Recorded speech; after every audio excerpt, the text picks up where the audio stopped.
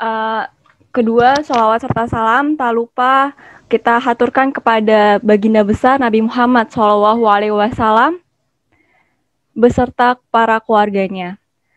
Sebelumnya di sini saya ingin berterima kasih kepada para pembicara hari ini yang telah bersedia untuk mengisi acara Genbi Diskusi. Terima kasih Kang Dery, Mang Amsi, sukses selalu ya Kang. Nah, di sini juga saya juga ingin berterima kasih nih teman-teman kepada para panitia dan stakeholder lainnya yang belum bisa saya sebut satu persatu yang telah turut membantu menyukseskan dalam acara Genbi Diskusi kali ini. Ya, tidak perlu panjang lebar lagi, seperti yang kita tahu bahwa di mana investasi merupakan topik perbincangan hangat di kalangan milenial. Dan tidak sedikit juga yang sudah menginvestasikan uangnya ke dalam berbagai bentuk investasi. Nah, karena dilihat bahwa return pada prospeknya yang sangat bagus di masa depan nanti dan agar tidak tergerus oleh adanya inflasi. Nah, sebelum itu kita masuk ke investasi, kita harus paham dulu nih teman-teman, profil risiko dari investasi yang kita incar. Nah, sesuaikan pula juga dengan profil kita sendiri. Ada yang high risk dan ada high return, lalu ada pula low risk dan juga low return. Nah, di sini saya pernah mendengar nih statement bahwa kalau kamu mau invest, kamu sanggup kehilangan uang berapa? Nah, di sini artinya apa? Bahwa kita perlu nih teman-teman untuk berstrategi dalam menginvestasikan uang kita. Nah, poin selanjutnya adalah sebelum kita benar-benar terjun ke dunia investasi nih teman-teman, kita harus punya juga untuk basic financial planning yang matang. Nah, biar nggak terlalu panjang prolog dari saya nih, kali ini seputar financial planning dan juga investasi akan dibahas tuntas oleh para pembicara kita yang super keren. Nah, sekian dari saya, sama belajar semua, Genbi, energi untuk negeri. Wassalamualaikum warahmatullahi wabarakatuh. Waalaikumsalam warahmatullahi wabarakatuh. Terima kasih Kak Mutiara Khairunisa atas sambutannya. Dan selanjutnya yaitu akan ada sambutan dari Ketua Genbi UIN Jakarta, yaitu kepada Saudara Muhammad Zahir Siddiq. Untuk waktu dan tempat kami persilakan. Oke, baik. Bismillahirrahmanirrahim. Assalamualaikum warahmatullahi wabarakatuh. Alhamdulillahirabbil alamin wa bihi nasta'inu ala umuri dunya waddin wassalatu wassalamu ala asrafil anbiya'i wal mursalin sayyidina wa maulana Muhammadin wa ala alihi wa sahbihi ajmain. Amma ba'd. Asyhadu an la ilaha illallah wahdahu la syarika lah wa asyhadu anna Muhammadan abduhu wa rasuluhu la nabiyya ba'da. Pertama-tama marilah kita panjatkan puji serta syukur kita kehadirat Allah Azza wa Jalla yang telah melimpahkan rahmat serta karunia-Nya sehingga kita semua dapat berkumpul secara daring untuk mengikuti webinar dengan tema Milenial Cerdas Finansial. Yang saya hormati di sini para pemateri Asep Muhammad Saiful Islam, SPD, MPD, AWP atau biasa disebut Mang Amsi, dan Kang Dery Dery Yustria SEMBA, serta teman-teman Genbi UIN Jakarta dan teman-teman Genbi lainnya yang telah berpartisipasi mengikuti acara ini, maupun teman-teman dari luar Genbi yang telah mengikuti serta memeriahkan acara ini. Dengan berlangsungnya acara ini, kita semua tahu bahwa pada saat ini dorongan untuk berinvestasi ini sangat marak. Nah, oleh sebab itu saya berterima kasih banyak kepada Divisi Pendidikan Genbi Jakarta yang telah mengadakan acara untuk mengingatkan kepada generasi milenial agar melek terhadap dunia investasi, di mana dunia investasi itu cukup luas, bukan hanya sekedar belajar saham aja, tapi di sana juga ada instrumen keuangan atau instrumen investasi lainnya seperti reksadana, terus pasar uang, pasar modal, maupun reksadana. Diharapkan teman-teman bisa memperhatikan para pemateri yang nanti akan menyampaikan ulasan seputar dunia investasi maupun secara planning, financial planning. Demikian yang dapat saya sampaikan. Jangan lupa teman-teman semuanya agar tetap semangat mengikuti acara ini sampai akhir. Semoga ilmu yang dapat disampaikan oleh para pemateri bisa dicerna dengan baik dan bisa menjadi amalan buat teman-teman semuanya dalam melakukan investasi. Bila itu taufik wal hidayah. Assalamualaikum warahmatullahi wabarakatuh. Waalaikumsalam warahmatullahi wabarakatuh. Baiklah, itulah tadi serangkaian acara pembukaan. Dan selanjutnya yaitu kita akan menuju kepada acara inti nih, di mana untuk pemateri pertama yaitu Kang Dery. Nah, sambil menunggu Kang Dery-nya, teman-teman boleh nih melakukan perkenalan terlebih dahulu di live chat Zoom dengan menyebutkan nama, underscore, asal daerah ya. Karena kan tadi sepertinya masih banyak nih yang belum berkenalan gitu kan, sambil menunggu Kang Dery untuk hadir. Nah, teman-teman dipersilakan untuk perkenalan diri dulu nih di live chat Zoom.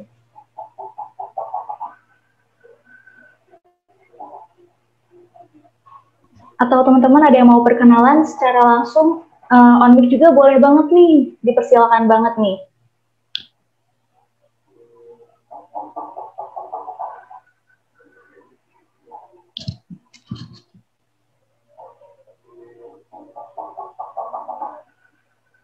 Oke, sepertinya masih pada kurang semangat ya teman-temannya ya. Oke, kalau gitu kita langsung panggil aja moderatornya kali ya. Untuk moderator pertama, yaitu nanti akan dimoderatori oleh Kak Dian Rizky. Kepada Kak Dian Rizky, boleh dinonaktifkan dulu Kak mic-nya. Halo Kak Dian.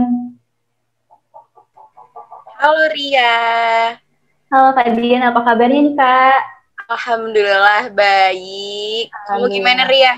Alhamdulillah sehat Kak. Gimana nih Kak? Masih semangat gak nih untuk membagi ilmunya pada hari ini nanti bersama Kang Dery nih? Wah, harus semangat dong. Meskipun lagi pandemi nih, kita harus juga harus semangat buat nambah ilmu ya Ria ya. Iya, apalagi kan zaman sekarang milenial tuh harus melek juga akan keuangan gitu kan, bahwa pentingnya keuangan itu ya nanti untuk masa depan kita gitu. Betul. Apalagi sekarang zamannya era VUCA yang berubah-berubah. Kita harus siap-siap nih apa yang terjadi di masa yang akan di masa depan nanti, biar kita nggak akan tersiksa gitu istilahnya. Iya, betul banget. Apalagi jam sekarang kan lagi pandemi nih, ini kan lagi uncertainty banget ya kondisinya, jadi makanya kita harus dari dini mungkin nih sudah mulai menata keuangan kita untuk kedepannya seperti apa. Bagi misalkan bagi teman-teman yang mungkin sekiranya masih belum paham banget tentang financial planning itu apa sih, nah pas banget nih nanti kita akan membahas ini lebih dalam bersama pemateri kita. Itu ya Kak ya. Iya, betul banget. Aku kepo banget nih Ria sama teman-teman yang hadir atau panitia deh. Iya, boleh Kak. Aku kepo banget, mereka tuh sebenarnya udah siap-siap untuk masa depan mereka belum sih? Boleh Ria dibantu? Boleh Kak. Ditunjuk aja boleh. Ini dari Gen B Admi. Dari mana nih Kak? Sebentar. Agak bingung ya karena bingung mau milih yang mana nih. Banyak banget nih. Bener-bener luar biasa banget nih. Ini padahal acara kita pertama kalinya ya Kak ya. Betul. Dari ini nih, Iqmal Hulalango, Gen B Admi Surakarta. Boleh dia ditanya? Iya, boleh. Halo Kak Iqmal, boleh on mic-nya Kak, sekaligus on cam juga nih. Halo Kak. Halo, apa kabarnya Kak? Alhamdulillah baik. Alhamdulillah sehat. Sebelumnya Kakak boleh sebutin Kak, perkenalan dulu dong, boleh? Nama saya Iqmal Hulalango, saya asli Sulawesi, Gorontalo. Terus untuk sekarang saya lagi kuliah di Solo di Politeknik Admi Surakarta. Wah, mantap. Jauh banget ya rumahnya di Sulawesi, kuliahnya di Solo. Iya. Berarti sekarang Kakak di Sulawesi atau masih di Solo juga nih? Ini di Solo, Kak. Oh, di Solo, iya. Nggak pulang. Nggak pulang dari pandemi kemarin gitu ya, berarti udah setahun ya mungkin, atau bagaimana? Udah setahun belum pulang. Wah, hebat. Kak Dian mungkin ada yang mau ditanyain, Kak Dian? Iqmal udah coba investasi belum? Udah, baru pemula ini Kak. Pemula. Boleh tahu instrumennya apa?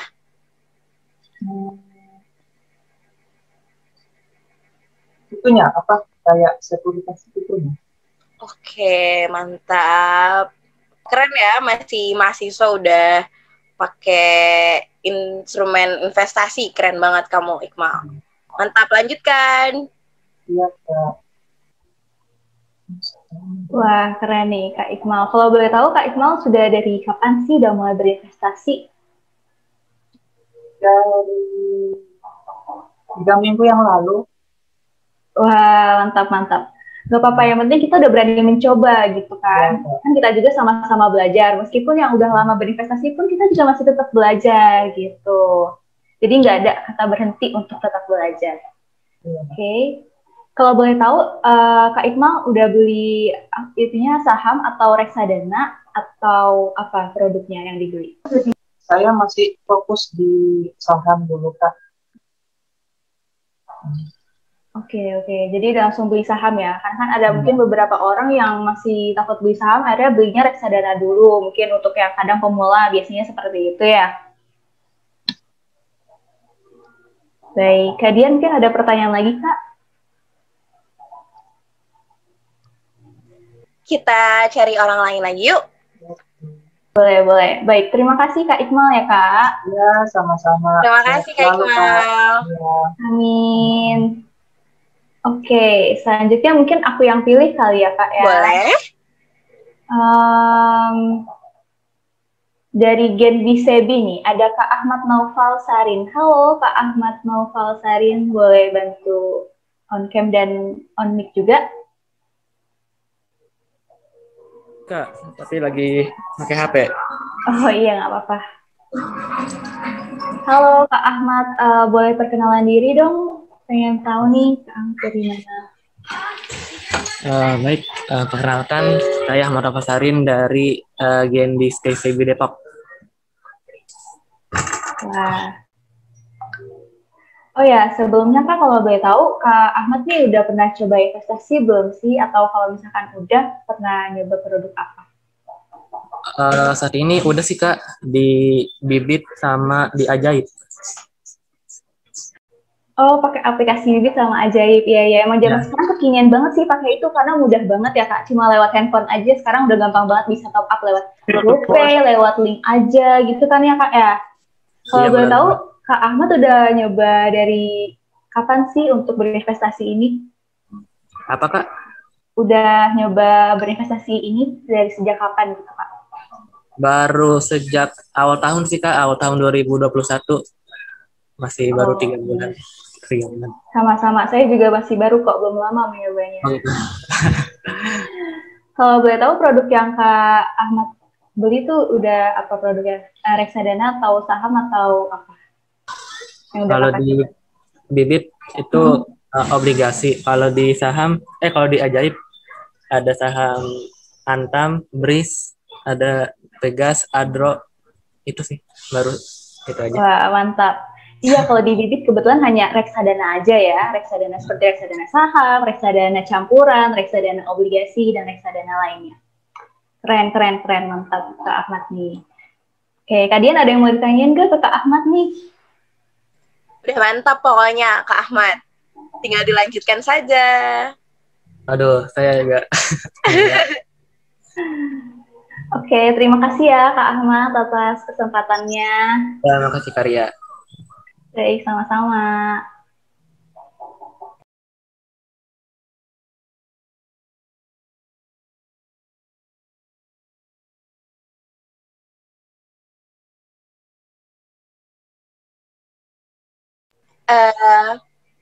Ria. Iya, gimana Kak Dian? Kita boleh ajak ngobrol ketua panitianya nggak? Oh, boleh. Panitianya mau siapa nih Kak? Boleh Kakak Dian yang tunjuk aja. Ketua panitianya aja kali ya? Boleh. Boleh? Kamu yuk.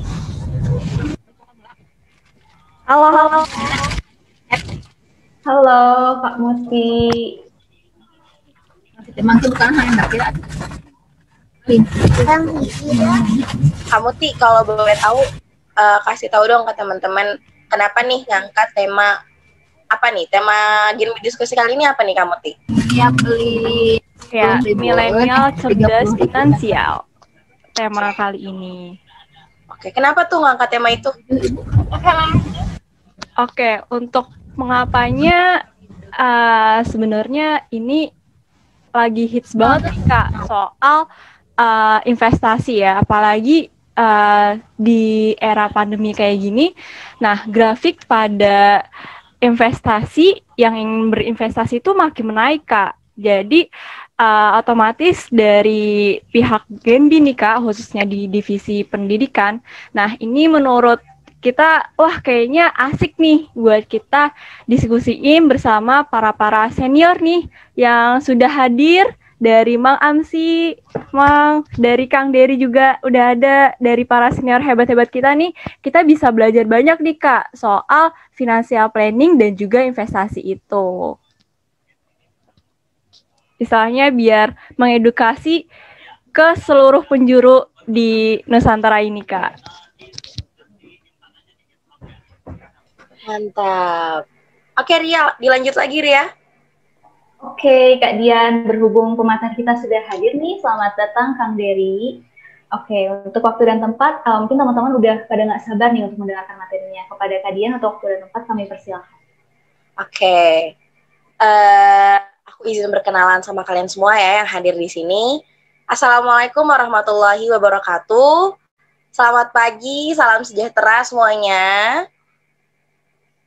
Perkenalkan, nama saya Dian Rizky Rafanti. Di sini, saya akan memoderatori Genbi diskusi kali ini di sesi pertama. Apa kabar nih teman-teman semuanya? Baik. Baik. Alhamdulillah, semoga teman-teman dalam keadaan yang sehat walafiat ya. Nah, teman-teman yang hadir hari ini nih keren banget nih, karena meskipun dalam keadaan pandemi, teman-teman masih memiliki semangat untuk menambah ilmu sama-sama di Genbi diskusi kali ini. Alhamdulillah nih teman-teman, kita hari ini kedatangan narasumber yang sangat amat menginspirasi kita semua. Beliau adalah Kang Dery.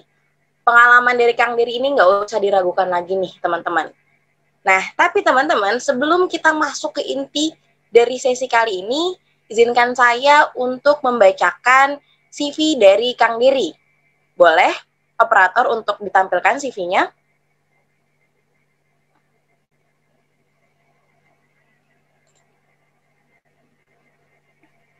Sudah belum? Lanjut aja ya. Jadi Kang Dery ini memiliki nama lengkap Dery Yustria SE MBA. Beliau lahir di Cianjur, tepatnya 12 April 1998. S1 beliau di Universitas Pajajaran, jurusan Economics. Dilanjut dengan S2-nya di ITB dengan jurusan Syariah Banking and Finance. Pengalaman kerjanya nggak usah diragukan lagi teman-teman, mulai dari tahun 2009 sampai dengan tahun 2010 menjadi asisten dosen dengan di Unpad dengan mata kuliah Macroeconomics.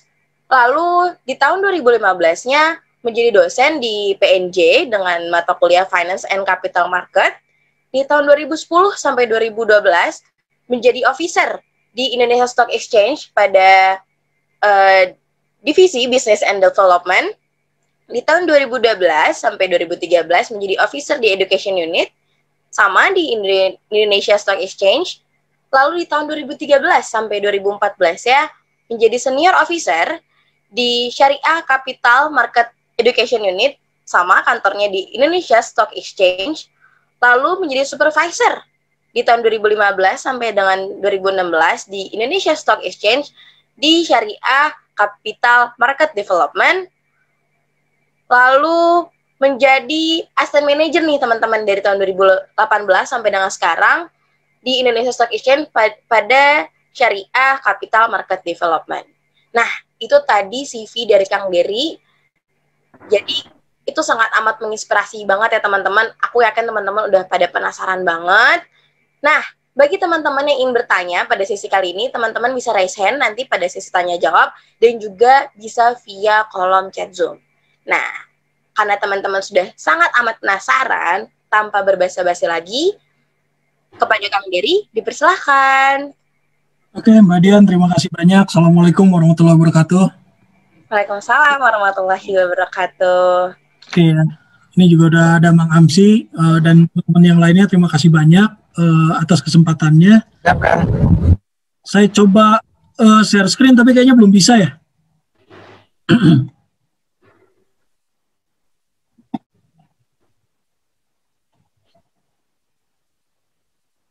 Oh, belum jadi co-host. Boleh mungkin dijadikan co-host, saya minta izin. Boleh Kang Dery sebentar ya?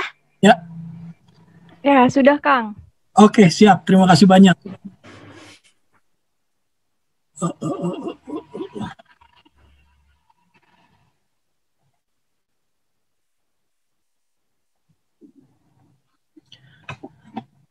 Oke, baik.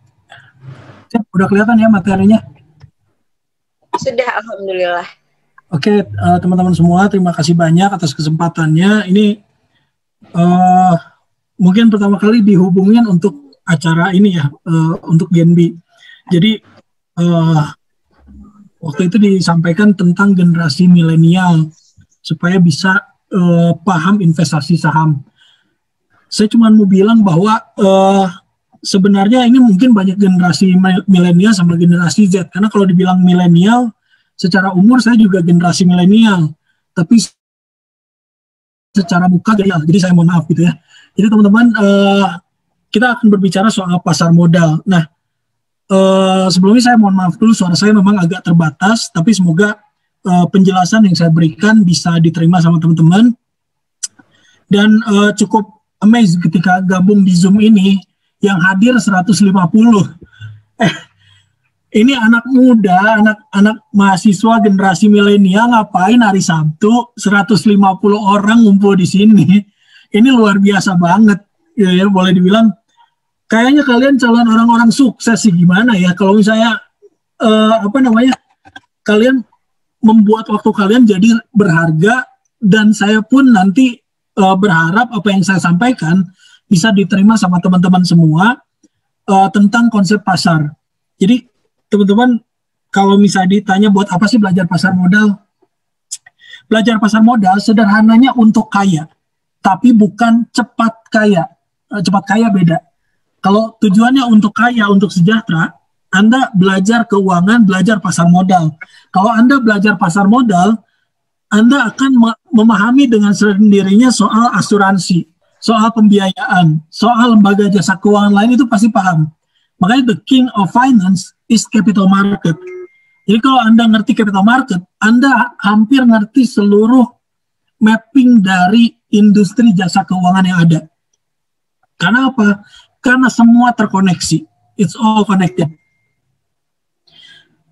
Kalau teman-teman pahami bahwa tadi saya bilang untuk kaya, bukan cepat kaya. Karena memang saya tidak akan bisa mengajarkan Anda untuk cepat kaya. Kalau cepat kaya, banyak orang Indonesia yang pengen cepat kaya. Caranya bikin peternakan tuyul yang mistis-mistis gitu ya. Babi ngepet dan teman-temannya gitu. Itu menurut saya bisa cepat kaya, tapi apakah berkah? Kan enggak. Kita nggak pengen jalan seperti itu. Kita pengen punya jalan untuk kaya gitu ya, tapi dengan cara yang baik dan benar. Pak, ngapain kaya? Saya kan muslim. Muslim itu tidak usah kaya. Kata siapa? Siapa yang bilang muslim nggak usah kaya? Anda tuh kalau misalnya naik haji, itu pasti butuh duit, butuh dana. Haji umroh tuh butuh duit. Nggak bisa Anda bilang, haji cuma tutup mata nyampe sana. Nggak bisa. Yang Anda harus lakukan adalah Anda merencanakan dan mengelola keuangan Anda sebaik-baiknya. Karena kalau Anda tidak mengelola sebaik-baiknya, maka nantinya pasti akan kesulitan. Nah, saya mau cerita gitu ya, visi kami mengenai pasar modal syariah. Jadi pasar modal syariah ini udah berdiri sekitar dari tahun 97. Jadi sebenarnya udah tua juga gitu ya. Tapi sebenarnya mulai dikembangkan benar-benarnya itu di tahun 2011. Jadi milestone yang paling kuat gitu untuk pengembangan pasar modal syariah itu di tahun 2011, karena tahun 2011 kita meluncurkan indeks saham syariah Indonesia dan kita menerima fatwa dari DSN MUI nomor 80. Jadi tonggak sejarahnya tuh dari situ, kita udah mau 1 dekade. Nah, teman-teman, sejak awal waktu saya beneran masih jadi generasi milenial, saya bergabung dengan Bursa Efek Indonesia. Di situ saya pun masih ragu apakah memang bisa pasar modal syariah berkembang. Orang-orang kayaknya nggak peduli soal syariah. Gitu. Banyak orang yang muslim bilang syariah cuma embel-embel doang. Banyak yang kayak begitu. Syariah cuma nama doang. Banyak yang kayak begitu. Tapi ternyata gitu, tahun 2019 dan 2020 secara berturut-turut kita dinobatkan sebagai the best Islamic capital market in the world. Jadi teman-teman, kalau ngomongin keuangan syariah, jangan ngerasa rendah diri. Aduh, kalau ngomongin keuangan syariah, udah deh Malaysia, udah deh Uni Emirat Arab, udah lah negara Timur Tengah, gitu. Padahal kalau urusan soal pasar modal, yang paling bagus, yang jadi paling rujukan di seluruh dunia, sekarang tuh Indonesia. Indonesia tuh udah jadi rujukan, gitu. Oh, pasar modal yang bener, yang syariah, yang keren tuh kayak gini di Indonesia. Gitu ya. Nah, ini makanya saya bilang kami punya visi yang sama. Pasar modal syariah, masa depan pasar modal Indonesia. Itu visi kami. Satu saat orang nggak peduli syariah sekarang, gitu ya. Tapi satu saat nanti orang akan berbondong-bondong pilih yang syariah. Kami merasa tenang kok. Dalam 10 tahun aja kita jadi the best Islamic capital market, kita nggak nyangka. Makanya kita punya keyakinan bahwa di masa depan nanti Indonesia tuh akan bergantung pada pasar modal syariah. Nah, tinggal kita teman-teman semua jadi bagiannya dari mana nih? Jadi bagiannya di mana di pasar modal ini? Sebagai apa? Gitu. Nah, apa hubungannya dengan milenial? Apa hubungannya dengan generasi muda? Tadi saya udah dikenalkan. Ini saya nanti mungkin agak cepat ya, karena memang waktunya mungkin cuma nggak lama. Tapi teman-teman nggak usah takut. Di sini saya materinya nanti saya bagiin. Di materinya itu ada nomor WhatsApp, ada alamat email, ada media sosial. Silakan Anda mau DM, mau WhatsApp, mau email, silakan. Jadi kalau Anda baca lagi ternyata nggak ngerti, silakan tanya saya. Nggak apa-apa, bebas. Saya biasanya ada waktu setiap habis jam kerja, sekitar jam 5 sampai mau maghrib, saya pasti balas-balesin. Gitu ya. Sempat tidak sempat, insya Allah dibalas. Lama juga nggak apa-apa, tapi insya Allah dibalas. Ini adalah challenging times, teman-teman. Ini adalah waktu yang sangat sulit. Boro-boro mikirin investment, boro-boro mikirin ngatur uang. Sehari-hari aja kadang makan sehari 2 kali. Zaman kuliah tuh makan sehari 2 kali, menjelang siang dan menjelang malam. Biar apa? Biar hemat. Ini kan banyak orang-orang tuh tidak bisa mengatur uang, karena sejak mahasiswa, ini udah gagal paham ngatur uang. Berapa banyak cewek-cewek di kampus, itu kesepian di kosan, tapi wajahnya tetap glowing. Iya nggak? Karena lebih mikirin yang namanya skincare ketimbang makan. Yang cowok juga lebih baik nongkrong, gitu ya. Nongkrong, tapi ya udah gitu. Karena kalau nggak nongkrong, takutnya ya kalau nggak nongkrong gimana ya? Kalau kalau ikut jadi miskin kan, jadi bayar kopi juga mahal gitu. Tapi kalau nggak ikut malah digibahin gitu kitanya kan, jadi nggak enak, jadi tetap ikutan. Ini memang challenging times. Di masa-masa sulit seperti ini, apakah kita ini jadi waktu yang tepat untuk melakukan investment? Gitu. Nah, kita lihat apa yang sebenarnya terjadi di masa-masa seperti ini. Gitu. Apa yang sedang terjadi di tahun 2021 ini? Apa aja sih gitu ya. Jadi sebagai kita anak generasi milenial harus paham nih. Apa sih yang kejadian dekat-dekat ini? Yang pertama gitu ya, berkaitan dengan ekonomi, recovery perekonomian udah mulai kelihatan. Itu yang pertama. Yang kedua, untuk pengentasan masalah COVID. Yang ketiga, Omnibus Law. Kemudian di kita juga ada market conduct improvement. Ini untuk investor protection dan lain-lain sebagainya. Kemudian masalahnya ada di pemilihan yang Amerika Serikat itu pemilihan presiden gitu ya. Sekarang udah kepilih. Nah, policy-nya itu kadang-kadang jadi perbincangan juga gitu ya. Kemudian recovery secara global juga ada, walaupun memang ditemukan COVID yang kayaknya baru, tapi kayaknya isu itu mulai memudar dengan sendirinya. Ini saya mau liatin sama teman-teman. Tahun 2020 kemarin emang ampun-ampunan gitu. Perekonomian kita terdorong habis-habisan, jatuh habis-habisan. Tapi, nih ada tapinya. Semakin lama minusnya semakin sedikit. Semakin lama minusnya semakin sedikit. Dan diperkirakan di tahun 2021 ini, insya Allah ya kita udah mulai recovery lah, gitu ya. Jadi kalau misalnya kita lihat, kita tahun 2021 ini semoga bisa berakhir positif, dekat-dekat ke 5% gitu ya. Nah, peran kita di mana? Gitu ya. Peran kita tuh di mana? Peran kita coba lihat di Indonesia soal capital marketnya. Anda cari deh negara maju yang pasar modalnya tidak maju. Ini susah ketemunya. Rata-rata negara maju, pasar modalnya maju. Kenapa? Karena jadi pilar perekonomian juga. Gitu ya. Nah, sekarang kita ngomongin pilar perekonomian di setiap negara yang di ASEAN aja dulu. Deket-deket aja tetangga dulu. Kapitalisasi pasar kita masih kalah sama Thailand, tapi bentar lagi pasti bisa lewat. Kemudian jumlah perusahaan yang tercatatnya ada 720. Gitu ya. Kemudian total investornya baru 2 juta. Ini 0,76%. 0,76% itu sedikit sekali. Sedangkan Malaysia yang itu 7,82%, 2.500.000 itu 7%. Kita jangan nyampe 7% nggak apa-apa. Kita nyampe 1% aja, ini udah luar biasa.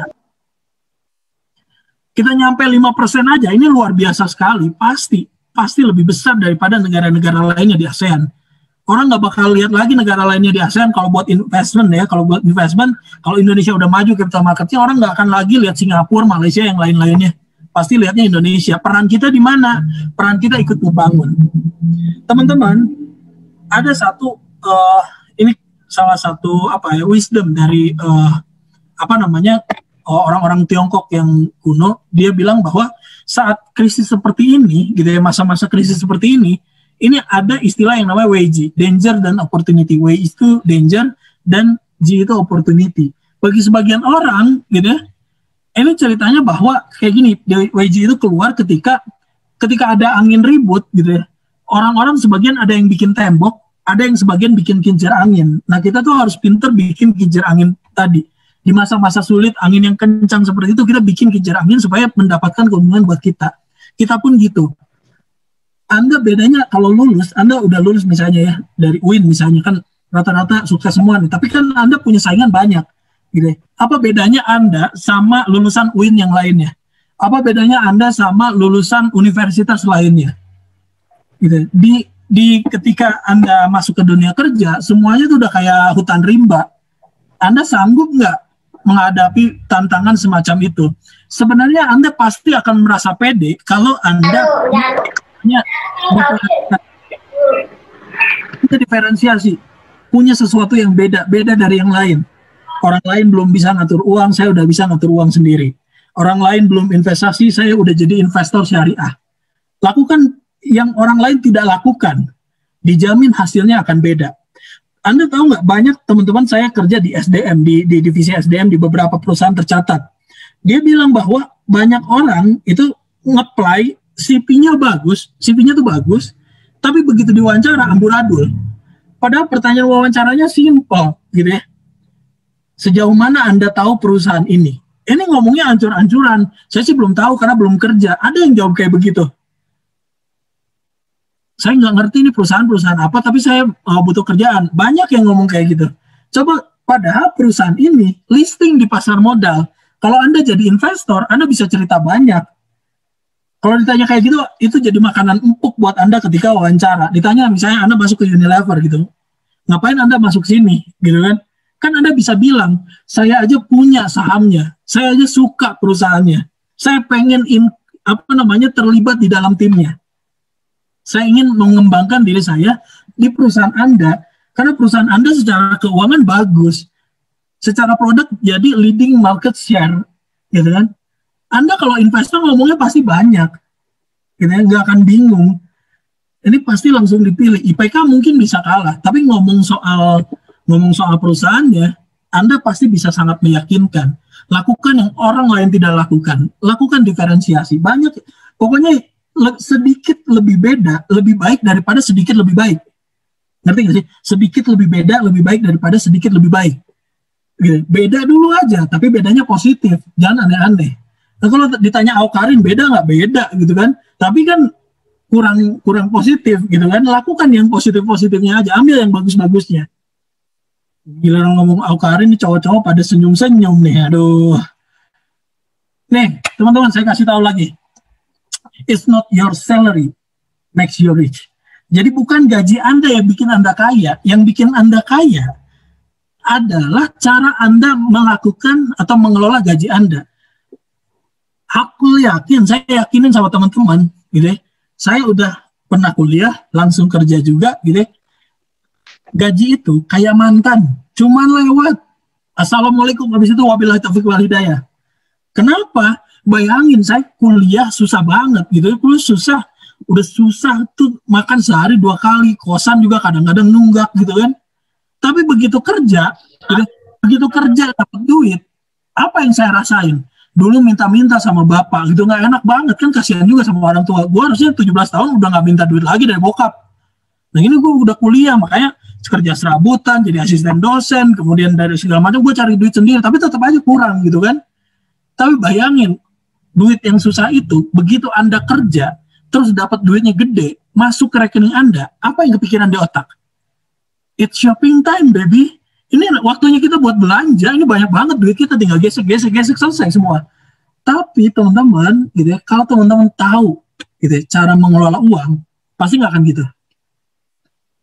Yang Anda kepikiran kalau Anda udah dapat duit banyak, pasti disisihkan dulu buat tabungan. Kemudian dibayarin zakat, infak, dan sedekah, dan lain-lain. Kemudian kasih ke orang tua. Gitu. Kemudian kalau punya investasi itu lebih bagus. Waktunya saya beli saham lebih banyak. Waktu kuliah saya cuma bisa beli 1 lot. Sekarang gue bisa beli 100 lot, gue beli. Nih, gue jabanin. Gitu kan. Sisanya nih ada 40% gaji. Bodoh amat. Yang penting gue cukup sampai akhir bulan. 40% gue mau gimanain terserah. Tapi yang lainnya udah dimasukin ke pos-pos yang lain, ke pos-pos yang penting, terutama tabungan dan investment. Jadi investment adalah satu bagian penting. Anda tidak akan pernah bisa mengatur uang kalau Anda nggak ngerti investment. Dan ini sama, buat laki-laki dan perempuan sama. Nggak ada bedanya. Dan sekarang banyak perempuan yang cerita ke saya, Kang, saya tuh ada yang datang ke rumah pengen hitbah, tapi saya tuh nggak pede. Nggak pede kenapa? Orangnya udah datang. Gitu. Nggak pede, Kang. Soalnya aku nggak bisa masak. Anda mau bikin rumah tangga apa rumah makan, gitu kan? Jadi Anda kalau misalnya nggak bisa masak, jangan ngerasa nggak pede. Anda harusnya nggak pede kalau nggak bisa ngatur uang. Kalau perempuan itu harus bisa ngatur uang. Kan Menteri Keuangan Keluarga, Menteri Keuangan Negara aja, cewek, Bu Sri Mulyani. Jokowi tuh nggak bisa ngapa-ngapain ngatur uang. Kalau nggak ada Bu Sri Mulyani, ya ngatur uang negara tuh Bu Sri Mulyani. Cewek tuh harus bisa ngatur uang, mandiri secara finansial. Jangan pernah cewek ngerasa bahwa saya nikah aja karena dia ganteng dan kaya. Nggak bener nikah kayak begini nih. Hanya karena ganteng dan kaya. Harusnya Anda lebih kaya dari calon suami Anda. Ada orang yang datang, saya ingin menghitbah Anda, gitu. Saya ingin menikah dengan Anda. Apakah Anda bersedia, gitu? Mas cari yang bisa masak, saya mundur. Tapi Mas cari yang bisa ngatur uang, saya ada paling depan. Berapapun gaji Mas, insya Allah akan saya atur dengan sebaik-baiknya. Anak kita bisa ke pesantren yang bagus, kita juga bisa hidup nyaman dalam 1 bulan, gitu, secukup-cukupnya aja. Saya bisa ngatur uang dengan begitu. Gitu kan? Kita akan jadi keluarga yang sakinah, mawaddah warahmah, gitu ya. Kan enak, gitu. Gaji saya nggak gede, nggak apa-apa. Gajinya nggak gede, nggak apa-apa. Gitu. Yang penting kita berjuang sama-sama. Kan enak kalau kayak gitu. Kalau Anda yakin sama orang itu, tapi misalnya orang itu belum maju, nggak apa-apa. Tapi Anda udah punya aset duluan. Anda udah punya mandiri secara finansial duluan. Ingat loh, secara statistik, gitu, perempuan di seluruh dunia ini jadi janda usia 55. Jadi banyak yang masih muda nih, 55. Karena memang suaminya meninggal duluan. Jadi cowok itu cepat mati duluan. Makanya teman-teman harus pahami bahwa jangan sampai bergantung pada laki-laki. Pasti sulit, gitu. Bergantungnya sama Allah Subhanahu Wa Taala aja. Kita punya mandiri secara finansial. Itu Anda jadi istri, itu suami kalau nggak dipanggil Allah, dipanggil wanita lain banyak. Ya karena gimana gitu kan? Makanya Anda harus secara mandiri secara finansial biar bisa setara. nonsens lah ngomongin emansipasi, feminisme yang kayak gitu itu paham-paham nggak benar lah. Coba Anda mandiri aja secara finansial, pasti ininya jadi adil gitu ya. Pasti semuanya punya bargaining power yang sama-sama berjuang, sama-sama fokus. Nah, sayangnya, faktanya ini mengerikan sekali. Tingkat literasi dan inklusi terhadap pasar modal, terhadap keuangan di pasar modal ini paling sedikit. Bayangin di satu negara seperti ini, negara besar seperti ini, tingkat literasinya itu pasar modal cuma 4,9%. Artinya ini 100 orang yang ngumpul, cuma 5 orang yang paham. Tingkat inklusi siapa yang menggunakan produk pasar modal ini lebih parah lagi, 1,6%. Dari 5 orang yang ngumpul, 100 orang yang ngumpul, 5 orang paham, 2 orang doang yang udah jadi investor di pasar modal. Banyak yang jadi investor di pasar modal. Nah, Anda lakukan, orang lain lakukan, saya sudah lakukan, misalnya kayak gitu. Ini bisa jadi diferensiasi yang positif buat Anda. Nih uang, gitu ya. Anda mungkin ada yang kuliah di ekonomi. Saya kasih tahu, uang itu memang alat tukar, alat pembayaran. Tapi buat saya satu definisinya. Uang adalah sesuatu yang kita carinya setengah mati, ngabisinnya setengah sadar. Cepet banget habisnya. Cuman lewat assalamualaikum habis itu. Apalagi kalau Anda udah kenal kartu kredit, wassalam udah. Nggak tahu cara pakainya tuh kartu kredit yang ada dikejar-kejar debt collector. Jadi jangan sampai gitu ya Anda mengalami hal seperti ini. Makanya uang mesti diatur. Pak, ini kan kita ngomongin syariah, Pak. Kenapa kita ngomongin uang? Jangan salah. Maqasid syariah salah satunya adalah menjaga harta. Hartanya harus harta yang halal. Hartanya harus dijaga. Bahkan dalam satu riwayat bahwa ketika kita mempertahankan harta, misalnya kita dijamret, kita pertahankan harta itu gitu, terus kita mati, kita dianggap syahid loh, karena menjaga harta tadi. Jadi maqasid syariah bukan cuma soal agama dan ibadah, nggak hanya seperti ini. Makanya gitu ya, ngomongin soal syariah, ini non muslim pun kadang-kadang ikutan, dan ini kadang-kadang lebih banyak yang ikutan daripada kita. Dan orang-orang non-muslim itu jauh lebih sederhana gitu ya. Kalau orang Islam ditanya kenapa sih kamu nggak ke bank syariah gitu ya. Ya karena memang ini cuma embel-embel doang. Coba kalau yang non-muslim ditanya, ngapain kamu nabung di bank syariah? Gitu. Ya biar hoki aja. Kayaknya sih kalau misalnya nabung di syariah hoki. Orang non-muslim ngomong gitu, saya dengar sendiri. Orang muslim, non-muslim ngomongnya kayak gitu, biar hoki. Itu ngomongin apa sebenarnya? Itu ngomongin ketenangan jiwa. Dia yakin bahwa akan sesuatu yang baik ketika dia melakukan sesuatu yang berkaitan dengan syariah. Inilah yang memang kita harus pahami, bahwa sebenarnya maqasid syariah gitu ya, ini bisa jadi dipakai buat non-muslim, silahkan. Cuman yang agama aja ini enggak. Makanya pernah saya ikut seminar, saya langsung ngerasa bahwa ini kurang tepat. Ketika orang yang seminarnya ngomong gini, keuangan syariah landasannya adalah tauhid. Ini kalau misalnya yang non-muslim ikutan, dia boro-boro ngerti tauhid itu apaan, gitu. Dia nggak paham. Makanya ini Islam universal, semua orang boleh pakai. Makanya kalau orang ngebom gitu, dia bukan Islam. Kenapa? Karena kata Islam adalah kata selamat. Syariah ini boleh dibilang adalah jalan atau proses. Jadi proses atau jalan menuju selamat, ya syariah. Ketika dia tidak membawa selamat, ya bukan Islam. Selesai. Islam itu harus membawa selamat. Gitu ya. Ini sangat mudah. Kemudian ini, dan hendaklah gitu ya, memikirkan nih, takut kepada Allah. Orang-orang yang seandainya meninggalkan di belakang mereka anak-anak yang lemah, yang mereka khawatir terhadap kesejahteraannya.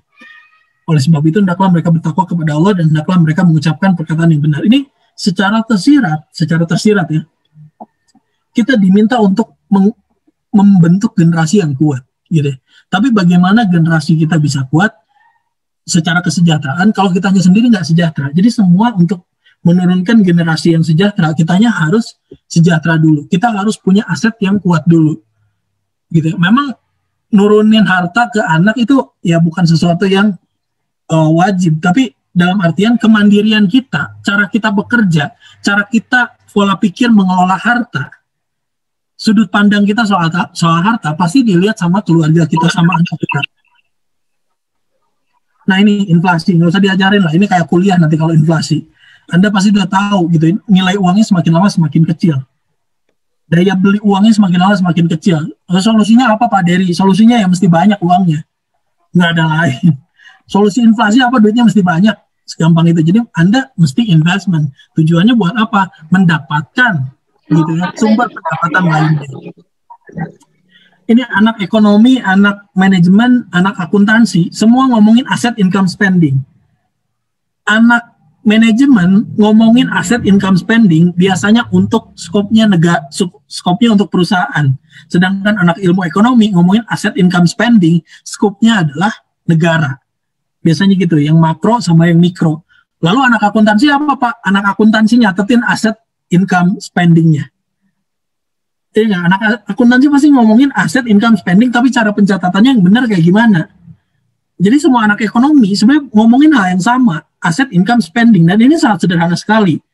Aset nih, aset itu adalah rumusnya cuma satu, aset itu mesti nambah. Lupa, aset emang bisa berkurang? Bisa, kalau asetnya adalah aset konsumtif. Anda punya tas, Anda punya handphone, Anda punya mobil, Anda punya motor, sebagus apapun, dalam jangka panjang harganya turun. Tapi kalau aset produktif, emas, saham, tanah, rumah, makin lama harganya makin naik. Tentunya saham pun yang saham yang bagus ya. Ini aset itu mesti nambah. Ini kalau Anda punya banyak aset produktif, Anda benar-benar kaya. Makanya Mark Zuckerberg, bajunya Senin sampai Minggu itu aja, itu dia kaya. Lihat rata-rata orang kaya di dunia, bajunya gitu-gitu aja. Kucel kadang-kadang gitu ya. Gitu. Tapi kenapa dia disebut kaya? Karena punya aset produktifnya. Nah, aset konsumtifnya ini, gitu ya, boleh, tapi aset produktifnya harus lebih banyak. Karena kita tujuannya bukan terlihat kaya, tapi benar-benar kaya. Income itu ada 3. Pendapatan aktif, pendapatan pasif, sama pendapatan portfolio. Simpelnya gini, saya kerja di Bursa Efek Indonesia. Saya setiap tanggal 25 saya dapat gaji, saya dapat uang, itu pendapatan aktif. Kalau saya nggak kerja, saya nggak dapat uang, karena kewajiban saya kerja. Gitu. Gimana caranya saya punya pendapatan lain, tapi saya tetap kerja di Bursa Efek Indonesia? Caranya adalah saya punya kontrakan. Saya punya kontrakan di Bandung, setiap bulan dapat duit. Itu adalah pendapatan pasif. Kan saya nggak ngapa-ngapain, tapi orangnya bayar ke saya. Tanpa saya ngapa-ngapain. Yang bersihin dia, yang tinggal dia. Saya juga kadang-kadang nggak lihat itu rumahnya, tapi yang jelas itu memberikan pendapatan sama saya. Kemudian ada pendapatan portfolio. Pendapatan portfolio ini adalah pendapatan yang sifatnya dari surat berharga, sukuk, saham, reksadana, gitu ya. Itu adalah pendapatan portfolio. Nah, ini yang akan kita bahas. Pendapatan ini yang kita bahas. Jadi ini salah satu pendapatan pasif juga, tapi dari surat berharga. Spending nih. Spending atau pengeluaran, ini rumusnya satu. Makin kecil makin bagus. Dan harus lebih kecil daripada pendapatan. Dan harus lebih kecil dari pendapatan. Tapi spending ada yang boleh digedein. Spending apa? Spending terhadap aset-aset produktif. Bayar KPR rumah, boleh. Bayar KPR ruko, boleh. Bayar KPR kontrakan, silahkan. Nah, konsumsinya ditekan. Listrik, air, telepon, makanan-makanan, cemilan-cemilan kayak gitu. Nah, ini yang bisa ditekan. Ada lagi future spending. Dikeluarkan seolah-olah kayak konsumtif, hilang begitu aja. Tapi sebenarnya bisa produktif. Contohnya adalah biaya pendidikan, zakat, infak, sedekah. Ini bermanfaat buat kita nanti di masa yang akan datang. Nah, ini adalah pilihannya bagaimana cara Anda masukin ke produk-produk keuangan. Kalau tabungan emas dan deposito, nggak usah saya ajarin. Kalau Anda belum ngerti, Anda segede gini udah mahasiswa nggak ngerti tabungan, deposito, sama emas. Wassalam, ini kalau kayak gini, gitu ya. Kalau sukuk sama saham wajar, karena emang ini agak rumit. Tapi kalau tabungan emas dan deposito, ini gampang banget. Nggak bisa investasi kayak gini, ini luar biasa. Dan emas ini tinggal datang ke toko emas, beli yang 1 gram, yang 5 gram, gitu ya. Emas yang bentuknya kotak gitu, emas antam, kumpulin. Ya kayak begitu kan gampang. Nih, buat para yang jomblo, gitu ya. Apa yang harus dilakukan gitu ya? Pertama, growing your bank accounts. Jadi buat Anda yang single, ini adalah kesempatan. Single sama jomblo beda ya. Kalau jomblo itu nasib, kalau single itu pilihan. Jadi buat Anda yang merasa masih single, gitu ya, saya kasih tahu ini. Growing your bank accounts, growing your investment, growing your relationship with God, and then growing as person. Jadi kalau Anda ngerasa, aduh saya jomblo kayaknya nggak laku, rubah mindset Anda yang kayak gitu. Rubah mindset Anda yang kayak gitu. Dan bagi Anda yang sudah pacaran ya, saya nggak nyuruh. Tapi kan mendung belum tentu hujan, single belum tentu kesepian, PDKT belum tentu jadian, udah pacaran pun belum tentu kepelaminan. Jadi ini sama aja buat teman-teman, ini penting baik yang single maupun yang sudah ada pacarnya, penting mikirin ini, gitu ya. Jadi Anda naikin bank accounts Anda, rekening Anda mesti oke, gitu ya. Jadi saya pun gitu, saya pun dulu ngerasa, aduh saya tidak tampan, oh saya berarti mesti mapan, supaya wajah saya ini bisa sedikit dimaafkan gitu. Akhirnya saya dapat juga gitu, karena memang Anda pikirannya kayak gitu, kalau tidak tampan Anda mesti mapan. Dan secara kepribadian Anda pasti jadi lebih bagus, Anda pasti lebih wise kalau punya banyak duit, percaya sama saya. Nah, ini saya pengen kenalin Anda sama pasar. Kenapa? Karena gini, waktu dulu ada sahabat Nabi yang paling kaya, itu salah satunya adalah Abdurrahman bin Auf. Abdurrahman bin Auf itu salah satu sahabat Nabi yang kaya, dia ikut hijrah dari Mekah ke Madinah, duitnya udah habis di jalan. Duit kekayaannya tuh udah habis, namanya juga hijrah, mau kayak gimana, kayak terusir gitu dari kampung halamannya. Tapi begitu di Madinah, ada orang yang kenal nih sama Abdurrahman bin Auf. Dia bilang, saya kasih kamu modal deh, gitu ya. Lu mau modal berapa? Gua kasih. Itu Abdurrahman bin Auf bilang kayak gini, semoga Allah merahmati kamu dan harta-hartamu. Cukup tunjukkan di mana saya pasar. Abdurrahman bin Auf cuma minta ditunjukkan di mana pasar. Kenapa? Karena dia akan melihat dulu pasar itu seperti apa, karakteristiknya seperti apa, barang yang diperjualbelikan apa, strategi dagangnya nanti gimana. Itu Abdurrahman bin Auf. Dia cukup tunjukin di mana pasarnya. Nah teman-teman udah tahu banyak orang gitu ya, bisa sejahtera lewat pasar modal, gitu ya. Nah teman-teman harus cari dulu nih, pasarnya tuh kayak gimana sih? Kenalan dulu sama yang namanya pasar modal. Pasar modal, ini bedanya sama pasar impres apaan? Sebenarnya bedanya tipis banget. Bedanya hanya barang yang diperjualbelikan. Pasar modal ya pasar, bursa itu ya pasar. Bursa handphone, itu berarti pasar handphone. Segampang itu. Bursa mobil bekas, udah pasti isinya tuh pasar mobil bekas. Lalu kalau pasar modal jualan apa? Modal. Nah ini maksudnya apa? Kan bingung gitu ya. Pasar modal itu adalah aktivitas jual beli surat berharga. Jadi modal di sini adalah surat berharga. Ada yang bentuknya kepemilikan terhadap perusahaan, namanya saham. Ada yang sifatnya utang piutang, namanya obligasi. Ada yang sifatnya pembiayaan, itu namanya adalah sukuk. Nah, lalu pasar modal syariah itu apa? Aktivitas jual beli. Seluruh produk dan mekanismenya tidak bertentangan dengan prinsip syariah. Jadi pasar modal yang tadi kita kenal, tapi nggak bertentangan dengan prinsip syariah. Sahamnya saham syariah. Obligasi nggak boleh, tapi bolehnya sukuk. Reksadana nggak ada, tapi ada reksadana syariah. Gitu ya. Inilah pasar modal tuh kegiatan, aktivitas. Saya nyebutnya aktivitas. Anda nggak boleh bilang pasar modal adalah tempat bla bla bla, nggak kayak gitu. Ini kalau Anda disuruh ujian ya, apa definisi pasar? Pasar adalah tempat jual beli, dijamin nilainya cuma B. Tapi kalau Anda mau nilai A, kan Anda harus ngemeng-ngemeng ngecap-ngecap gitu kan. Pasar adalah mekanisme pertemuan antara permintaan dan penawaran. Memang kayak begitu mekanisme. Nah contoh gini, jual beli online itu mekanisme dan aktivitas jual beli online. Tapi kalau saya sebut Tokopedia, itu apa? Tempat, marketplace. Pasar modal syariah, itu kegiatan kayak jual beli online. Tempatnya di mana? Bursa Efek Indonesia. Jadi Bursa Efek Indonesia itu adalah tempatnya. Gampang banget, ini sangat sederhana sekali. Oh, Bursa Efek Indonesia tempatnya. Ada kegiatan yang syariah, ada yang enggak. Pak, kenapa namanya enggak ganti? Kayak Bank Syariah Mandiri sama Bank Mandiri. Kan itu bank, tapi kenapa dipisahin? Kenapa pasar modal nggak dipisahin? Karena di pasar modal tidak perlu dikotomi semacam itu. Yang menentukan transaksinya syariah atau enggak, itu Anda sendiri. Anda mau pilih yang syariah atau enggak. Kita tuh cuma supermarket. Anda mau beli saham minuman keras atau Anda mau beli saham Indofood, itu adalah pilihan. Itu adalah pilihan. Dan itu pilihannya jatuh pada Anda. Pasarnya itu aja. Yang menentukan Anda mau beli syariah atau enggak adalah Anda sendiri. Makanya crypto market is the matter of choice. Always is the matter of choice. Jadi Pak, di pasar modal nggak ada judi, nggak ada. Adanya jual beli. Kalau ada orang bilang pasar modal itu judi, fix dia nggak ngerti pasar modal. Karena di pasar modal tidak ada yang menang dan tidak ada yang kalah. Sama kayak pasar lainnya, nggak ada yang menang, nggak ada yang kalah.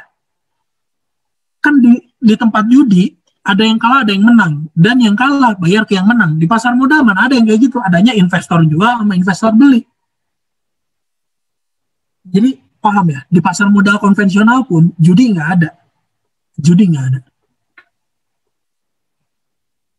Nah kemudian ini, jadi pasar modal itu bayangin kayak tempat seperti ini, mall. Ada pembelinya, kita, disebutnya investor. Ada pedagangnya, abang-abangnya, disebut anggota bursa. Ada barangnya, disebut efek, makanya disebut bursa efek. Pak, kenapa namanya efek, Pak? Gitu ya. Karena dari zaman Belanda dulu namanya adalah efekten. Jadi si company itu POC ya, si POC Belanda itu kenapa disebut company? Karena mereka tuh company atau perusahaan. Jadi company Belanda dulunya adalah company, maksudnya VOC itu company. Dan memang kita adalah salah satu bursa tertua di dunia karena dulu udah ada pasar modal di Batavia. Ya, nah disebutnya efek itu adalah surat berharganya, efekten. Nah pemasoknya siapa? Pemasok barangnya. Nah ini disebutnya dengan emiten. Misalnya Telkom, saham Telkom ini diterbitkan oleh PT Telkom. Saham Indofood diterbitkan oleh PT Indofood. Segampang itu. Paham ya? Kalau sahamnya sendiri itu bentuknya kayak syirkah. Syirkah itu adalah berserikat, patungan usaha. Ini saya patungan usaha sama teman-teman saya nih, gitu ya. Ternyata kafenya maju, modalnya jadi tambah banyak, maka hartanya tidak lagi cuma 6 juta harta saya. Yang lain pun hartanya tidak lagi 1 juta, tapi 10 juta. Persentase dari aset. Jadi saham itu adalah persentase dari kepemilikan asetnya. Nah ini bursa efek zaman dulu. Alhamdulillah nggak ngalamin. Karena ini mungkin generasi baby boomers sekali ya. Ini kayaknya orang-orang udah pada tua. Zaman dulu pasar modal bentuknya kayak gini. Jadi masang di papan tulis. Masangnya di papan tulis, pakai spidol, manual. Gitu. Nah kalau sahamnya zaman dulu bentuknya kertas kayak begini, scriptless. Sekarang scriptless, nggak ada lagi kertas kayak beginian. Jadi nggak pakai warkat. Jadi teman-teman kalau orang kaya zaman dulu, ini numpuk-numpukin kayak begini. Kalau sekarang nggak usah. Sekarang tuh secara online bisa. Gitu. Nah terus ini berubah nih, pakai Jakarta Automated Trading System. Saya ngalamin sekitar 1 tahun lah kira-kira ya. Kemudian sekarang lebih canggih lagi. Ini pakai online trading. Jadi pakai laptop, pakai gadget itu udah bisa beli saham. Bursa Efek Indonesia ini jadi apa? Jadi tempat buat edukasi dan peresmian. Peresmian perusahaan-perusahaan yang listing di pasar modal. Ini baru satu klub bola. Jadi ada klub bola sampai pabrik semen ada. Tinggal kita mau beli saham yang kayak gimana. Gitu. Jadi investasi saham itu sederhananya adalah membeli perusahaan yang sahamnya tercatat di Bursa Efek Indonesia. Itu maksudnya. Kalau syariah gimana? Ya belinya saham syariah. Nah teman-teman tinggal pilih nih mana saham yang syariah, mana yang enggak. Nah ada di daftar efek syariah atau di indeks saham syariah Indonesia. Klasifikasinya berubah. Dulu pakai Jessica, gitu ya. Indeks klasifikasinya pakai Jessica, sekarang pakai IDX IC. Kemudian ini macam-macam ya, ada energi, consumer, kemudian industrial, financial, property, dan real estate. Teman-teman baca sendiri aja. Kemudian ini IHSG kita naik turun, tapi ya dalam jangka panjang ya naik. Kalau kita tarik garis itu naik gitu ya. Melewati krisis dengan cepat, itu Bursa Efek Indonesia lumayan. Dan ini teman-teman bisa lihat saham yang syariah nih. Telkom, kemudian Unilever, Canda Asri, Bank Negara Indonesia, nggak masuk. Tapi yang ada SS ini adalah saham-saham syariah. Dari 20 setengahnya tuh saham syariah. Jadi jangan bilang, wah syariah untungnya di akhirat doang. Enggak. Gitu.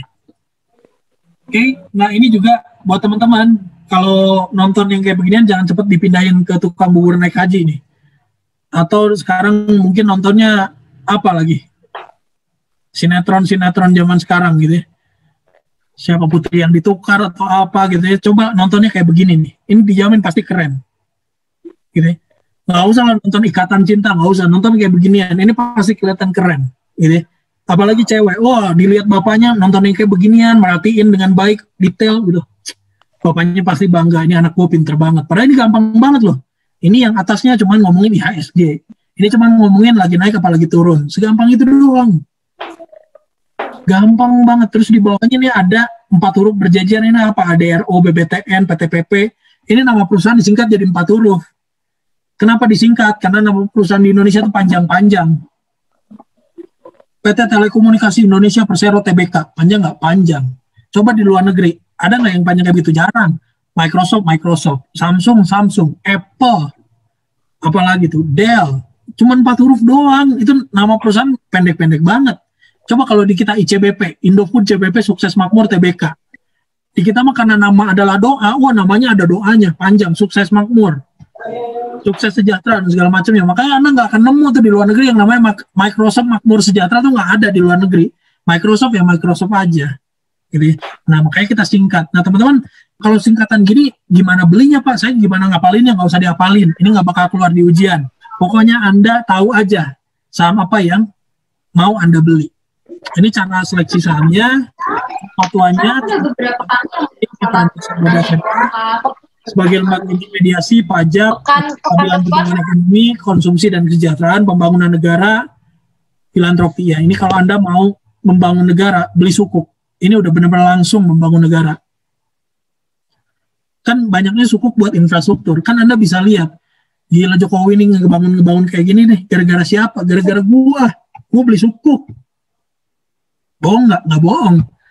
Siapapun yang membiayai negara, ya memang dia beli sukuk, gitu kan. Nah, efek syariah, saham, reksadana, exchange traded fund, sama sukuk. Keuntungan saham, dividen, capital gain. Dividen bagi hasil, capital gain, sahamnya dijual dengan lebih tinggi. Gampang banget. Akadnya apa? Bayar musawamah. Ini saham. Dapat dijadikan mahar. Jangan, udah berapa kali ini ketemu orang bilang, kenapa saham boleh dijadikan mahar? Bukankah itu bid'ah atau mengada-ngada? Itu yang maharnya sendal jepit aja ada gitu kan, apalagi saham ini bernilai banget, value-nya itu gede banget, apalagi ini sahamnya Unilever gitu ya, atau apa deh yang bagus-bagus gitu kan, Telkom, saham BUMN tuh diborong semua, itu ya Allah, ini luar biasa banget buat para laki-laki, para pejuang mahar. Ini nih kayak begini, bukti cinta sejati itu kayak gini, nggak usah kasih bunga mawar, yang penting kasih mahar yang bagus aja udah bagus tuh, udah keren ya. Ini nilai mahar saham nih. Ada yang nikah pakai mahar saham gitu. Ini kekayaannya berlipat, padahal sahamnya disimpan aja. Pak kalau disimpan aja untungnya dari mana? Setiap tahun kan akan dapat dividen. Bayangin kalau 50.000 lembar, dividennya 50 perak, itu lumayan. Jajan bakso ini sama si mang-mangnya itu seharian bisa gitu kan. Nah, bisa juga nih buat hadiah wisuda. Jadi buat Anda yang udah punya pacar, saya kasih tahu nih. Nggak usah kasih boneka lah gitu ya. Kasih yang benar-benar aja deh, kasih saham gitu ya kan, dia punya rekening saham, kasih saham, mau saham apa, ini hadiah yang paling oke gitu ya. Dan Anda kalau nemu saham yang masih bentuk kertas, jangan dijadiin bungkus gorengan. Ini kalau perusahaannya masih ada, ini masih laku loh.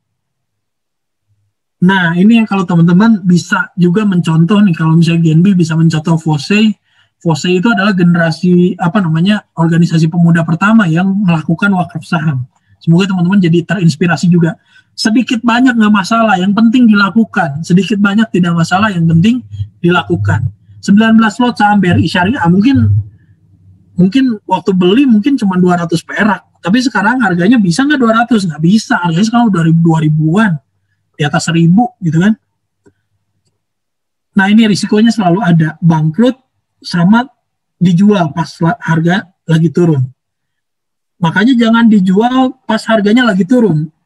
Itu kayak ditinggalin pas lagi sayang-sayangnya. Nah, jangan gitu ya. Jadi jual kalau memang misalnya udah untung. Mitigasi risikonya ini ada kode-kodenya. Kemudian ini juga perkembangan pasar modal syariah, ini soal sukuk. Nah, ini soal sistem online trading syariah. Teman-teman bisa baca. Yang penting kalau jadi investor syariah itu pakai sistem online trading syariah. Bentuknya nanti kayak begini kurang lebih. Tapi Anda jangan lihat, aduh begitu angka ini pusing semua. Wah jangan, tenang. Ini lebih gampang daripada main Mobile Legends. Gampang asli. Tinggal dipelajari pasti. gampang banget. Ini cuman kelihatan keren aja, banyak angka-angka, biar orang lain kelihatan ih keren, padahal gampang kok, gitu ya. Ini di website tinggal baca. Kemudian ada Global Islamic Finance Award. Kita udah 2 kali berturut-turut sebagai the best Islamic capital market. Kemudian ini yang saya baca. Buku ini yang saya baca. Jadi teman-teman kalau mau tahu pasar modal syariah silakan baca. Ada lagi mungkin buku Mang Amsi. Saya juga belum masuk ini. Buku Mang Amsi saya udah selesai baca. Ini Sari Kelapa gitu. Saya udah 3/4 lah baca. Saya bacanya saya online. Kalau buku yang Mang Amsi saya nggak punya fisiknya karena waktu itu belum sempat ke Gramedia. Tapi kalau yang Mang Amsi itu bacanya online aja dulu. Nanti kalau misalnya ada sempat waktu ke Gramed, saya beli langsung. Gitu. Oke, itu aja. Mungkin kita juga bakal mendengar penjelasan dari Mang Amsi. Mang Amsi juga guru saya juga. Insya Allah pasti banyak inspirasi lah dari Mang Amsi. Terima kasih banyak. Semoga teman-teman dilapangkan rezekinya oleh Allah Subhanahu Wa Taala. Gitu. Dijauhkan dari virus dan didekatkan dengan yang serius. Terima kasih banyak. Wassalamualaikum warahmatullahi wabarakatuh. Waalaikumsalam warahmatullahi wabarakatuh. Wah, sangat menginspirasi banget nih Kang Dery. Oke, teman-teman. Apakah ada yang ingin bertanya langsung nih via raise hand? Silahkan teman-teman yang ingin bertanya. Ini kalau nggak ada yang nanya nih antara ngerti banget sama nggak ngerti sama sekali, lu ngomong apaan sih?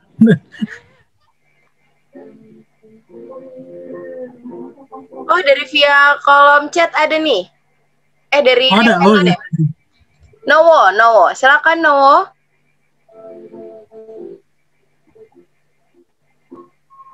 Assalamualaikum warahmatullahi wabarakatuh. Waalaikumsalam warahmatullahi wabarakatuh.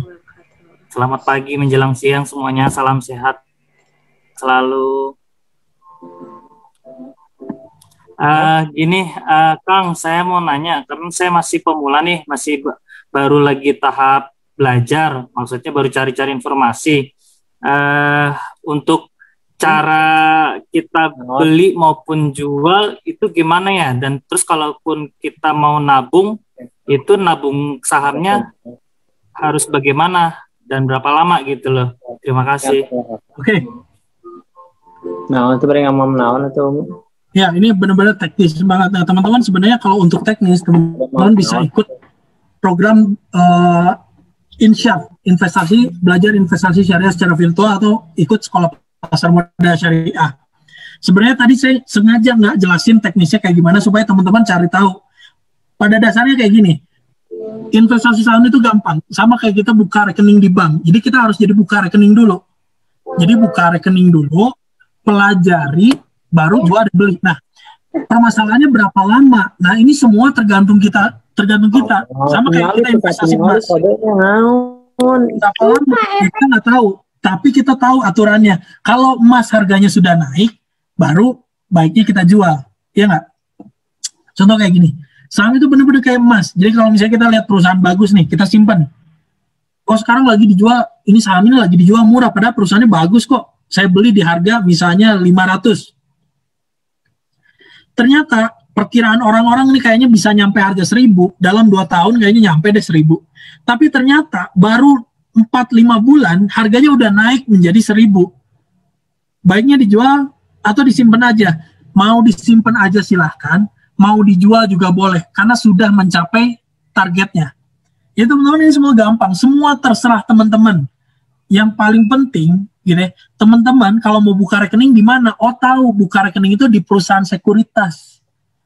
Perusahaan sekuritas ini adalah perusahaan yang membantu Anda menjual atau membelikan saham.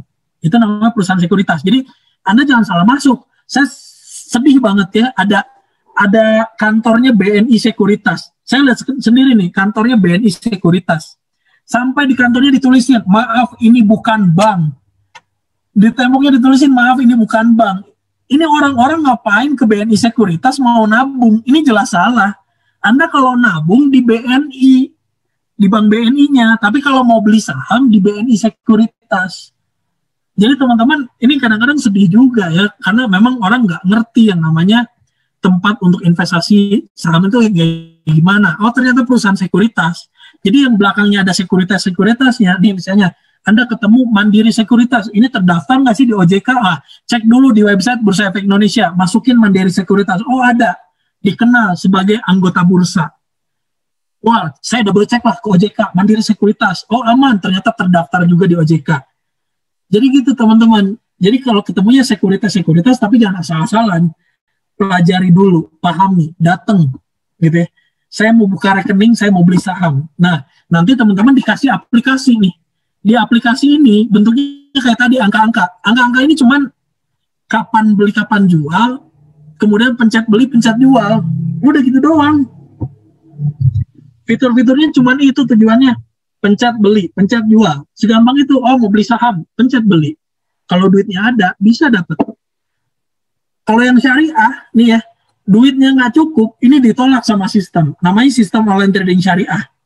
Tek, ditolak. Maaf, transaksi Anda ditolak. Wah, nah ini berarti ada penyebabnya. Misalnya duitnya kurang. Karena di syariah itu ada uang, ada barang. Atau ditolak. Oh, pantesan beli peternakan. Oh, saham peternakan nggak boleh. Peternakannya peternakan babi. Nah, ini nggak boleh. Jadi teman-teman ada, kalau pakai sistem online trading syariah, saham yang tidak syariah itu nggak bisa dibeli. Jadi nanti dapat aplikasi tuh, dapat aplikasi di handphone, tinggal pencet beli, tinggal pencet jual, kapan jualnya, kalau harganya udah naik. Jadi ini sangat sederhana sekali. Gitu ya, Mas. Oke, ada pertanyaan lagi nih, Kang Diri, dari Ilman Setiawan. Izin bertanya, saya mendengar bahwa saham itu bisa digadaikan di Pegadaian. Apa benar ya? Lalu bagaimana mekanismenya, Kang Diri? Boleh? Silakan. Nah, ini mekanismenya, jujur sebenarnya saya belum pernah tahu gadai saham di Pegadaian itu kayak gimana. Tapi tahu bahwa Pegadaian itu sudah menyediakan gitu ya, sarana untuk menggadaikan saham. Teknisnya lebih baik ditanyakan ke Pegadaian. Karena saya sendiri belum mempelajari. Karena kalau misalnya sahamnya udah milik Anda, itu mau dibawa ke Pegadaian juga terserah. Gitu ya, dari bursa sih nggak ada masalah gitu. Tapi nah Anda coba tanya ke Pegadaian mekanismenya kayak gimana untuk menggadaikan saham. Tapi kenapa bisa digadaikan? Karena memang saham ini adalah aset. Saham ini adalah aset. Jadi masih mungkin digadaikan.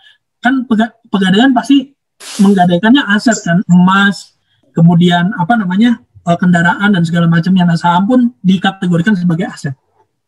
Jadi silakan tanya ke Pegadaian. Oke, menjawab ya. Ada lagi nih Kang Diri. Wah, banyak banget nih pertanyaannya. Dari Niko Sakti. Kang mau tanya, bagaimana membedakan saham blue chip dengan saham LQ45? Karena saya tidak bisa membedakannya. Betul. Bukan tidak bisa dibedakan, karena di Bursa Efek Indonesia tidak menganut rezim yang menyatakan bahwa saham itu blue chip. Jadi kata blue chip itu di Bursa Efek Indonesia itu tidak dikenal. Yang dikenal oleh Bursa Efek Indonesia adalah kumpulan saham berdasarkan kinerja. Nah, kalau misalnya LQ45 itu adalah berdasarkan kinerja. Ada yang berbentuk komposit, ada yang berbentuk kinerja. Yang komposit contohnya adalah IHSG, ISSI kalau yang saham yang syariah. Nah, kalau yang syariah berdasarkan kinerja apa? Bukan LQ45, tapi Jakarta Islamic Index.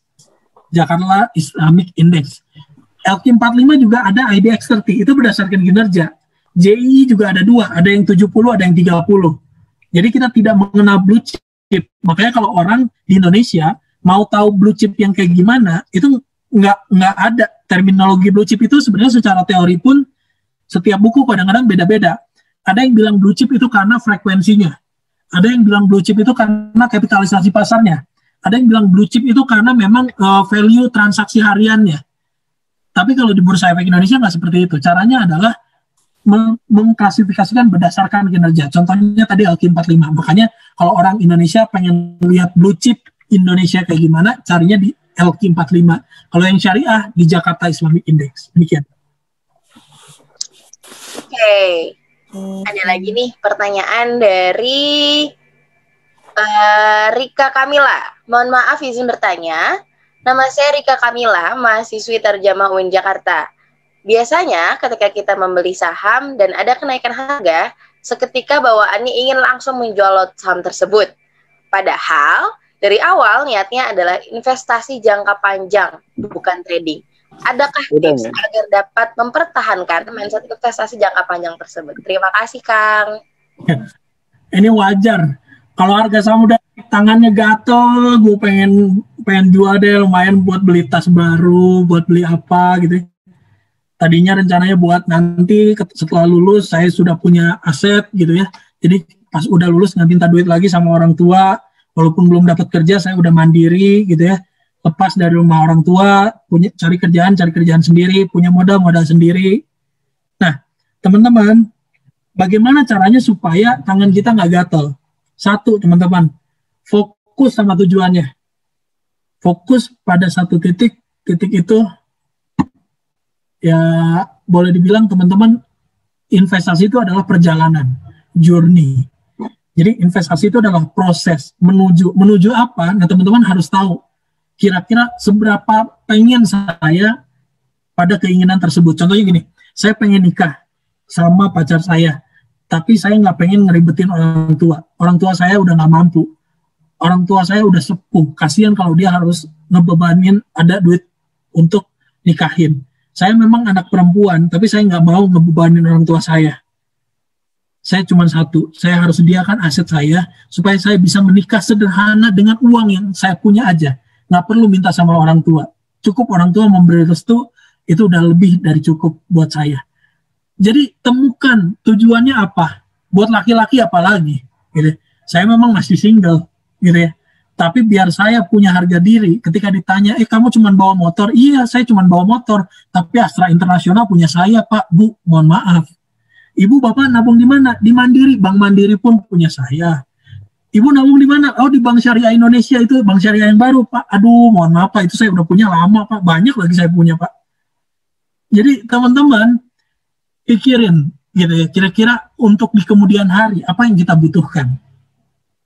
Tapi alangkah wajar, contohnya kayak gini, saya targetnya, ini contohnya kayak BRI Syariah, ada yang ngumpulin dari harga 200, 300, harganya turun ke 100 juga tetap dia beli, tiba-tiba udah nyampe hampir 4.000. Kang Dery ini udah 3.500, saya belinya paling mahal juga cuma 300 perak gitu kan. Ini gimana? Boleh dijual nggak? Boleh dijual, beli saham syariah yang lain. Jadi aset kita tuh jadi kelihatan nambahnya gede banget gitu kan, karena duit keuntungannya pun dimasukin lagi ke saham syariah yang lain yang bagus. Jadi tujuannya adalah teman-teman juga kalau memang masih kesulitan punya tujuan di kemudian hari dan tangannya masih gatel, saya kasih target. Saya gitu ya, mencapai aset 1 miliar itu di usia saya 25. Anda bisa nggak gitu ya punya aset 1 miliar gitu ya di usia lebih muda dari saya? Pasti Anda bisa. Anda cari aset yang paling boosting dari saya gitu ya, selain properti, reksadana dan lain sebagainya. Nah, pertanyaan saya simple banget. Nggak usah angka 25 atau 30 lah. Terserah Anda targetin. Bisa nggak punya aset 1 miliar di usia sekian? Jadi Anda nge-push diri sendiri. Buat apa punya aset banyak-banyak gitu ya? Sebenarnya aset bukan berarti buat disombong-sombongin. Anda bilang bahwa kan tanah kuburan juga aset. Teman-teman waktu muda kayak gini punya tanah kuburan itu membanggakan. Ngapain lu beli tanah kuburan? Ingat men, kita nggak ada yang mati pakai kertas kado. Semua pakai kain kafan. Kita nggak pengen ngerepotin orang lain nih gitu ya. Kita udah siap, kapanpun Allah mau panggil, kita tanah kuburannya udah ada. Supaya tetap ya. Makanya duit yang lebih pun pikirin dulu buat zakat infak sedekahnya. Karena buat bekal kita di tempat nanti. Makanya kita harus asetnya harus gede dulu. Supaya apa? Supaya bisa berzakat dan berinfak lebih tinggi lagi. Ini yang harus kita pikirin. Tiap ada kepengenan buang uang-uang yang nggak benar, coba lihat yang miskin-miskin. Kasihan mereka. Daripada saya hambur-hamburin buat beli yang nggak benar, gitu ya, lebih baik saya investasikan. Tahu ada zakat saham, ada wakaf saham bisa saya gunakan. Bukan cuma pegadaian yang sudah menerima saham untuk digadaikan. Badan Wakaf Indonesia, Dompet Duafa, Baznas itu udah terima saham kok. Gitu ya, pikirinnya ke situ. Oke, thank you. Oke, ada lagi nih. Pertanyaan dari Winja KT Ibnu Arif. Assalamualaikum Kang, izin bertanya. Kalau kita mencoba untuk investasi menggunakan aplikasi seperti Bibit, tanam duit, dan lain sebagainya, apakah teknisnya sama? Harus terlebih dahulu membuka rekening sekuritas kah? Ya, kalau setahu saya bibit Bareksa itu bukan saham ya. Bibit Bareksa itu yang saya punya ini reksadana. Jadi reksadana itu adalah kumpulan saham. Jadi bentuknya adalah kita mewakilkan kepada manajer investasi. Nah, Bareksa itu atau bibit itu kayak marketplace-nya lagi, kayak Tokopedia-nya tapi isinya reksadana biasanya. Nah, kalau misalnya beli saham harus ke perusahaan yang punya izin sekuritas dari OJK. Makanya di belakangnya ada sekuritas-sekuritasnya. Gitu ya. Ini ada juga yang nanya, Pak, dari sekian banyak sekuritas saya harus pilih yang mana? Sekuritas itu ada 100, saya harus pilih yang mana? Nah, saya cuman dari 100 itu, saya cuman mengarahkan ke 18 perusahaan sekuritas. Kenapa ke 18? Nggak adil dong, ini adil. Karena 18 perusahaan sekuritas ini sudah punya fasilitas sistem online trading syariah. Pak, sekuritas mana aja? Coba follow IDX Islamic. Silakan follow IDX Islamic, nanti teman-teman tahu kira-kira sekuritas mana aja yang punya sistem online trading syariah gitu ya. Dan rata-rata gede-gede kok, bagus-bagus sekuritasnya. Silakan pilih satu di antaranya. Pak, mau semuanya ya silakan. Nggak ada larangan kalau mau punya 18 perusahaan sekuritas juga silahkan, monggo.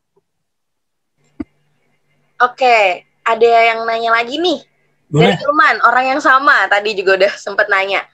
Pertanyaannya menarik. Bagaimana hukumnya terkait pom-pom dan bandarmologi yang menjadi tren saat ini, yang hanya berdasarkan spekulasi atau endorse? Apakah ini diperbolehkan dalam Islam? Gimana, Kak? Jelas, dalam Islam tidak diperbolehkan. Islam dari mana, Pak? Oh, langsung. Silakan baca fatwa DSN MUI nomor 80. Cornering, gitu ya.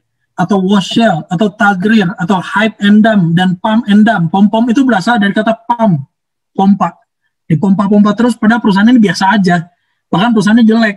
Tapi disuruh beli, karena yang ngomong influencer loh, Pak. Bodo amat, terserah.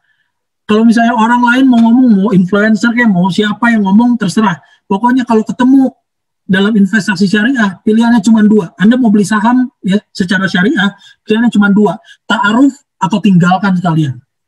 Kalau Anda mau tahu perusahaannya, ya itu artinya Anda ta'aruf. Jadi mau beli saham itu harus tahu perusahaannya apa dulu, gitu ya. Anda nggak ngerti pertambangan, nggak usah beli saham tambang kalau nggak mau belajar ngerti. Belinya aja yang Anda tahu apa, taunya Telkom ya beli Telkom lah. Anda taunya Indofood, beli Indofood lah, beli yang Anda pahami, gitu ya. Jangan banyak gaya, oh gue punya saham tambang, keren nggak? Apa kerennya? Ngerti nggak? Enggak. Tahu nggak kira-kira batu bara naik turunnya harganya karena apa? Enggak. Tahu nggak kualitas batu bara tuh perbedaannya kayak gimana? Enggak. Tahu nggak harga batu bara dunia sekarang berapa? Enggak. Lu ngapain beli saham tambang? Gitu kan? Beli yang kita kenal aja. Kalau kita nggak kenal, ya udah taruh dulu. Kalau nggak mau taruh, tinggalkan sekalian. Taruh atau tinggalkan sekalian. Pilih saham, bibit bobotnya mesti jelas. Perusahaannya apa? Laporan keuangannya gimana? Prospek kedepannya gimana? Jadi gitu ya. Jadi pom-pom itu nggak boleh. Ada di situ namanya itu adalah hype and dump atau pump and dump. Dan jelas ini tidak diperbolehkan dalam Islam. Itu namanya adalah herding behavior. Jadi melakukan sesuatu hanya ikut-ikutan tanpa analisa yang jelas, dilarang dalam Islam. Itu namanya gharar.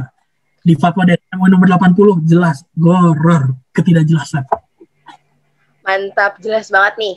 Terakhir, karena memang waktunya terbatas, ada pertanyaan dari Manda Pahlevi. Assalamualaikum warahmatullahi wabarakatuh. Punten, mau bertanya, kenapa di dalam saham syariah masih diperbolehkan dengan adanya pendapatan non halal sebesar 10% dan utang berbasis riba sebesar 45%?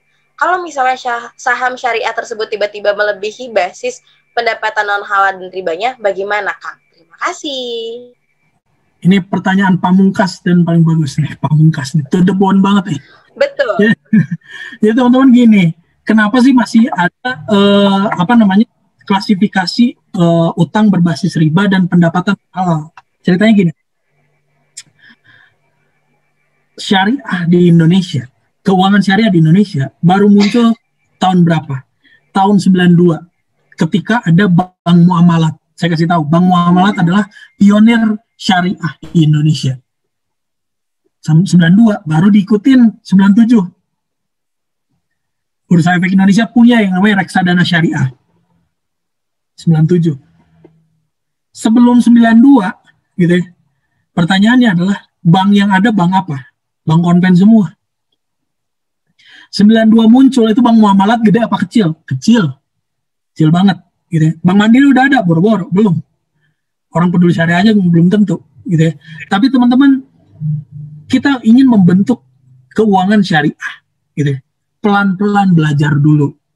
Makanya ini metode seleksi ini jadi salah satu yang jadi contoh juga buat di negara lain, karena zaman dulu di negara lain pun sama gitu. Di negara lain yang penting usahanya udah halal, tidak memproduksi minuman keras, tidak melakukan peternakan babi dan teman-temannya, tidak melakukan yang haram-haram, perusahaannya udah oke nih.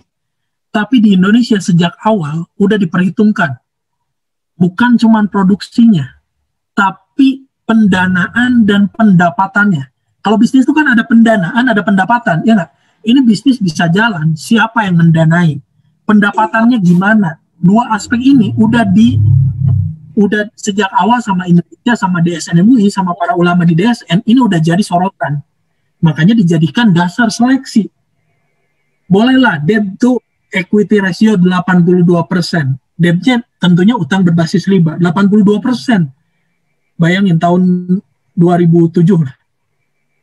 Sekarang dari 2012 ke sana udah nggak dipakai. Yang dipakai adalah debt to asset ratio. Ini anak akuntansi, kalau Anda kenal, coba tolong jelasin nih, debt to equity dan debt to asset. Mana yang lebih keseluruhan, equity atau aset? Aset. Equity itu cuma satu kotak kecil, tapi kalau aset itu semuanya, semua asetnya diperiksa. Mana yang dari utang berbasis riba, dan angkanya pun 45%. Angkanya pun 45%. Apakah masih bisa berkurang? Tentu masih bisa berkurang. Kalau bank syariah semakin maju, persentase ini pasti lama-lama akan berkurang dengan sendirinya, dan kita memang menuju kafah, nol. Pak, 1% riba itu adalah semuanya juga riba. Sering ngomong gitu kan? 1% riba semua haram, Pak. Oke. 1% riba semua haram, ini tidak berlaku dalam keuangan. 1% haram semua haram berlaku pada makanan dan minuman yang tidak bisa dipisahkan, mana yang halal dan haram. Contoh, kopi luwak. Kenapa itu jadi halal? Anda tahu kopi luwak gimana cara produksinya? Saya aja ilfil minumnya. Oke, kita minum dulu ya kopi luwak. Enak banget ini kopi, parah banget. Di Bali kayak begitu, ini kopi di Bali, nama kopi luwak enak banget. Begitu, ayo kita ke perkebunannya, Masya Allah itu kopi dari luwak. Dari belakangnya luwak, itu dari, mohon maaf ya, dari itu gitu, pupnya luwak gitu. Tapi kenapa jadi halal? Ternyata bisa dipisahin mana pup, mana kopi. Bisa dipisahkan. Sekarang gini kasusnya. Saya punya sotonya soto ayam. Saya kasih 1 sendok minyak babi, itu soto 1 panci, halal apa haram? Haram. Nggak bisa dipisahin lagi tuh. Kalau udah kena minyak babi, 1 panci haram.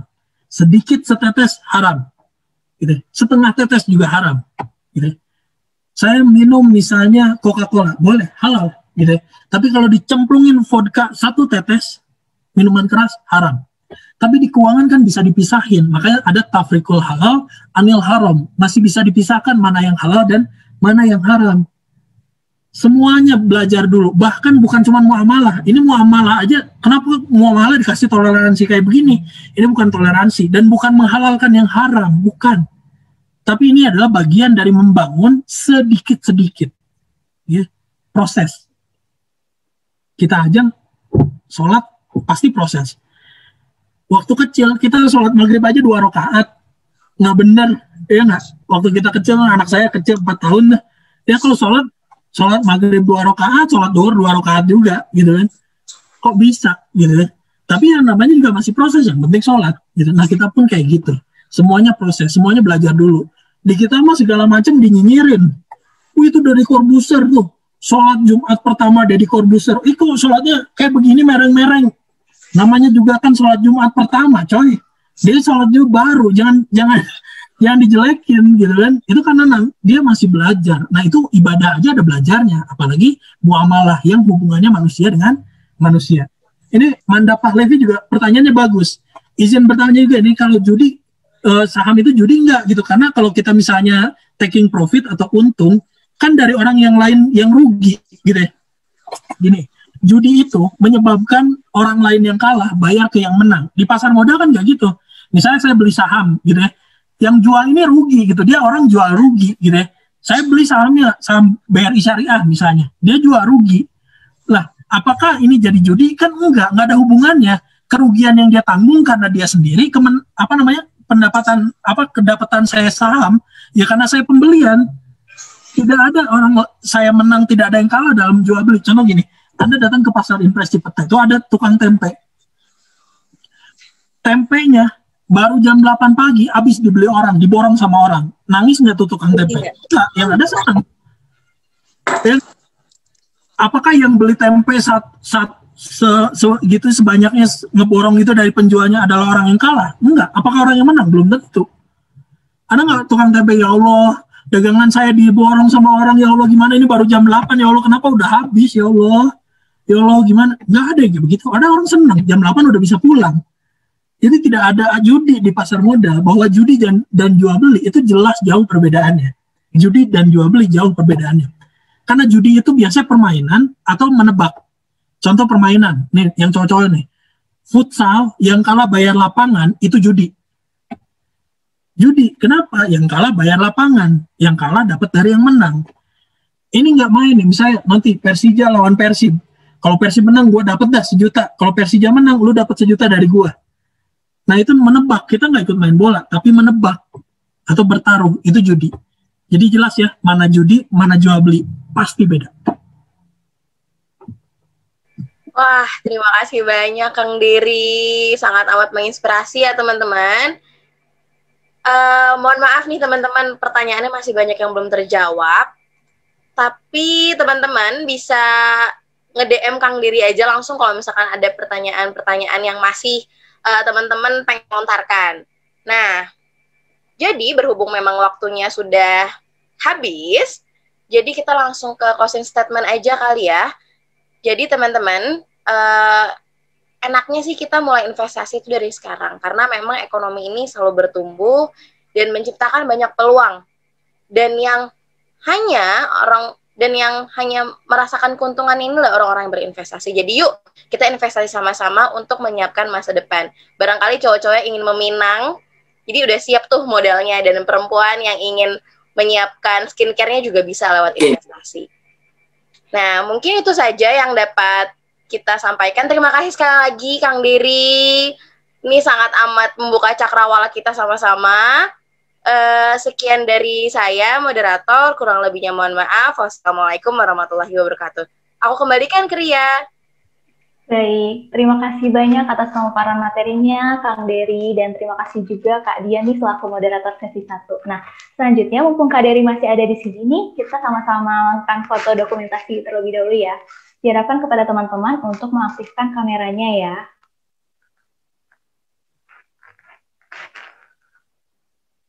Oke.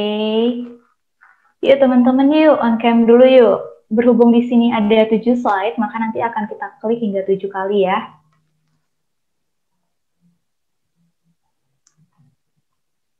Oke. Kita mulai dari slide pertama terlebih dahulu ya teman-teman ya. Saya hitung dalam hitungan ketiga. 1, 2, 3.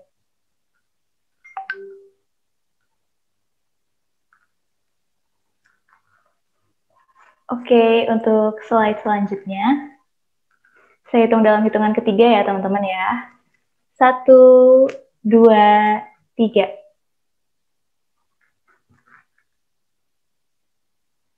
Oke, untuk slide terakhir aja nih ya teman-teman ya. Saya hitung dalam hitungan ketiga. 1, 2, 3. Oke, sudah cukup. Terima kasih kepada teman-teman semua yang telah masih tetap berpartisipasi aktif selama webinar ini berlangsung. Dan selanjutnya kita akan lanjutkan kepada sesi yang kedua dengan pemateri Mang Amsi nih yang akan dimoderatori oleh Kak Tisa Permulasari. Nah, sebelumnya kita sapa dulu ya moderatornya. Halo Kak Tisa. Halo Ria. Halo Kak Tisa, apa kabarnya nih Kak?